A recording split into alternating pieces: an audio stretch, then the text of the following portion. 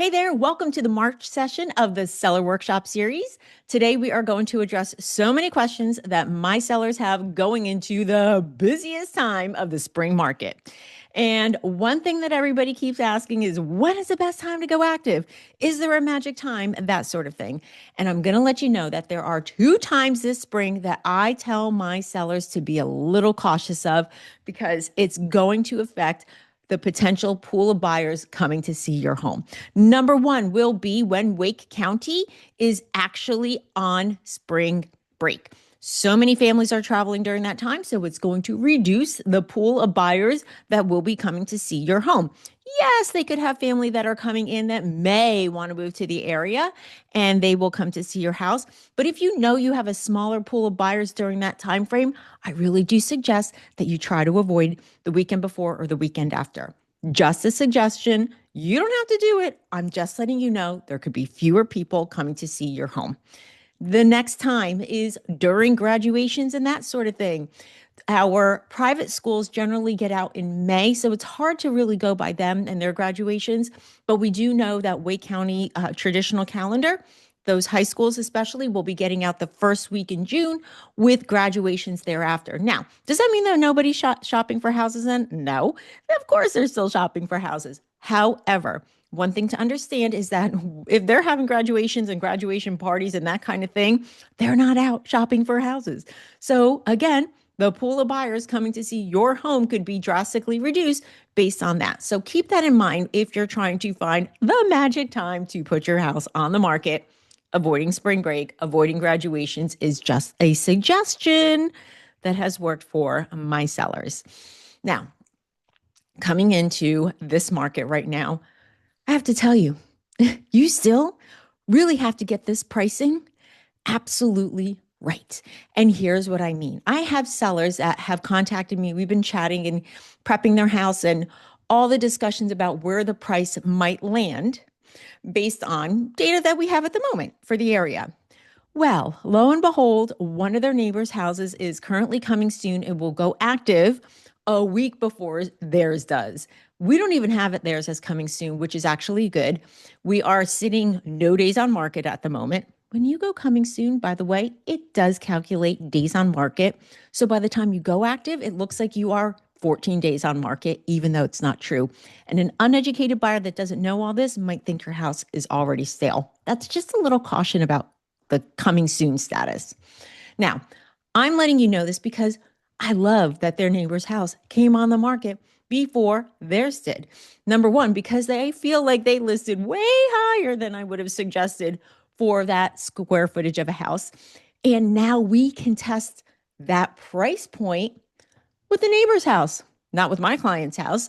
Testing the market with your neighbor's house is phenomenal. I love when a neighbor goes active before one of my clients does so that we can really understand what can the market in this particular neighborhood, what can it handle? What price point?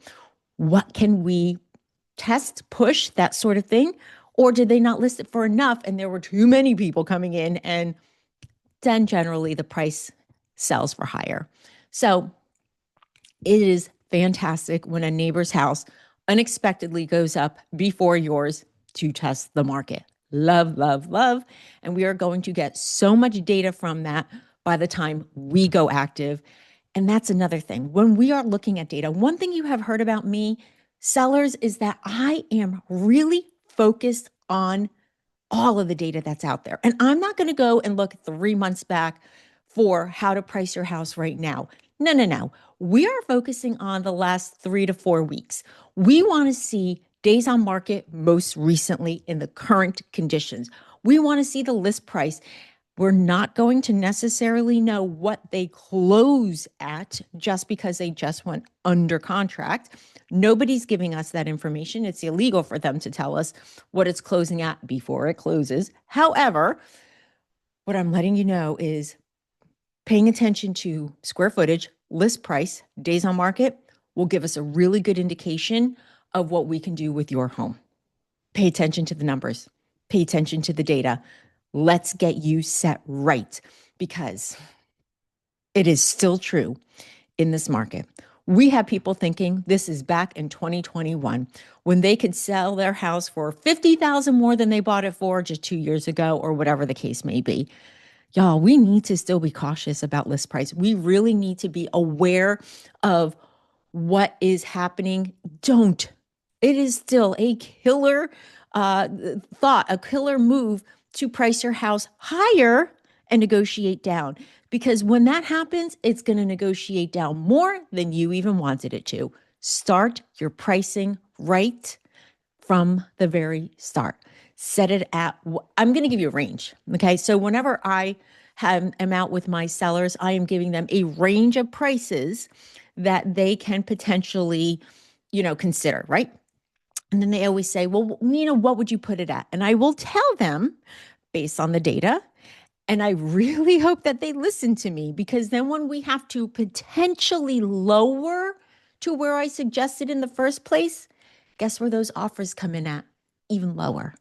Where if we start where I suggest, very likely you're going to get that amount or more. So let's go with my suggestion, please. Your choice. You're the seller. It's your home. You make the decision. However, I'm giving you my most educated information and best guess as to what we should definitely list at. My feeling. Your choice. All right. So next up is hello, pollen season. If you are not in North Carolina right now and you're a buyer watching this and you don't understand what I'm talking about, yeah, we get like almost a half an inch of pollen that drops from our pine trees. You can drive down the streets in North Carolina and see those pine trees exploding. So why am I telling you this as sellers? Well, because everything is going to be covered in pollen if you are listing in the next few weeks. Everything is going to be yellow and gross. So, a few suggestions. Number one, if you are out there and you have to power wash your house, I'm sorry, but it's going to get covered again. That is a little bit of a problem for sure.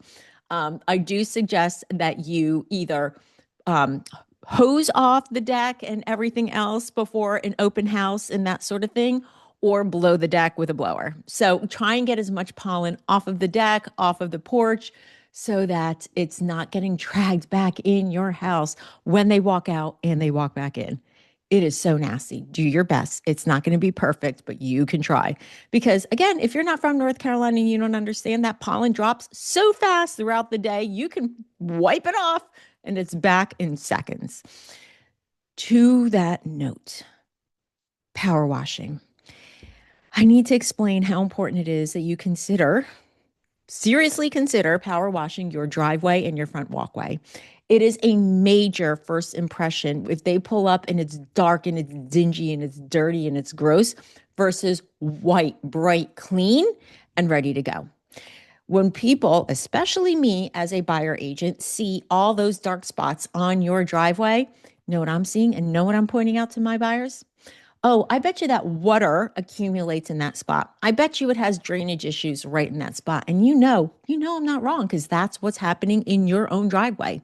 So get the driveway and that front walkway power washed. Make it clean, sparkly, bright, beautiful. In fact, these companies, when they do it, they even do the curb in front of your house. Lovely. Exactly what you want done. We want you to be pristine and, like stand out like a diamond. Okay. Power washing is important, but pollen season makes it a little hard. Now, the last thing that we will chat about today, guys, if you're going to live in your house while you are selling it, there are some precautions you really need to take before letting people come in your house. And people laugh at me when I say this. I'm like, oh, y'all didn't think of this? But I have to tell you, there are things that will walk away by accident while there are showings. And number one is because there are too many buyers out there letting their kids run around the house, touch things and play with things, and not watch them as carefully as they should. I'm telling you, that happens more than you can imagine. So take your remotes for all of your ceiling fans, put them away somewhere. If you have to label them first, do so, but get them out of hand's reach. I do not want those kids getting their hands on that, the mouse for your computer, any little thing that is around the house, that they can pick up, drop, or put in their pockets, walk away, slide under furniture, whatever the case may be. You want as little out as possible that can walk away, be damaged, or be hidden. You take care of it before people come in the house. I am astonished at how many buyers are not watching their children in houses. I want those kids by your side the whole time. This is not their house. They should not be touching anything, and yet they let them do so. I'm going to get off my soapbox on this one. So that is all that I have for my sellers this week. I mean, it is very like I am trying to be as in the moment as possible in this week in at the end of March so you understand what it is that I'm discussing with my sellers, the questions that they have and how I'm responding to them.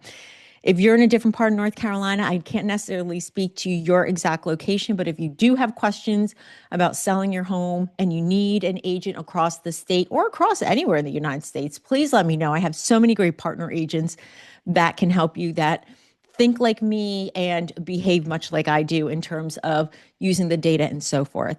And if you have any other questions, please drop them in the DM below. Share this with your friends who are thinking of selling. I'm clearly giving you guys really great tips for free to help you get ready to sell. And you know what? Like and subscribe. I'm always going to drop educational videos like this that are of utmost value to you as the seller or a buyer if you're a buyer.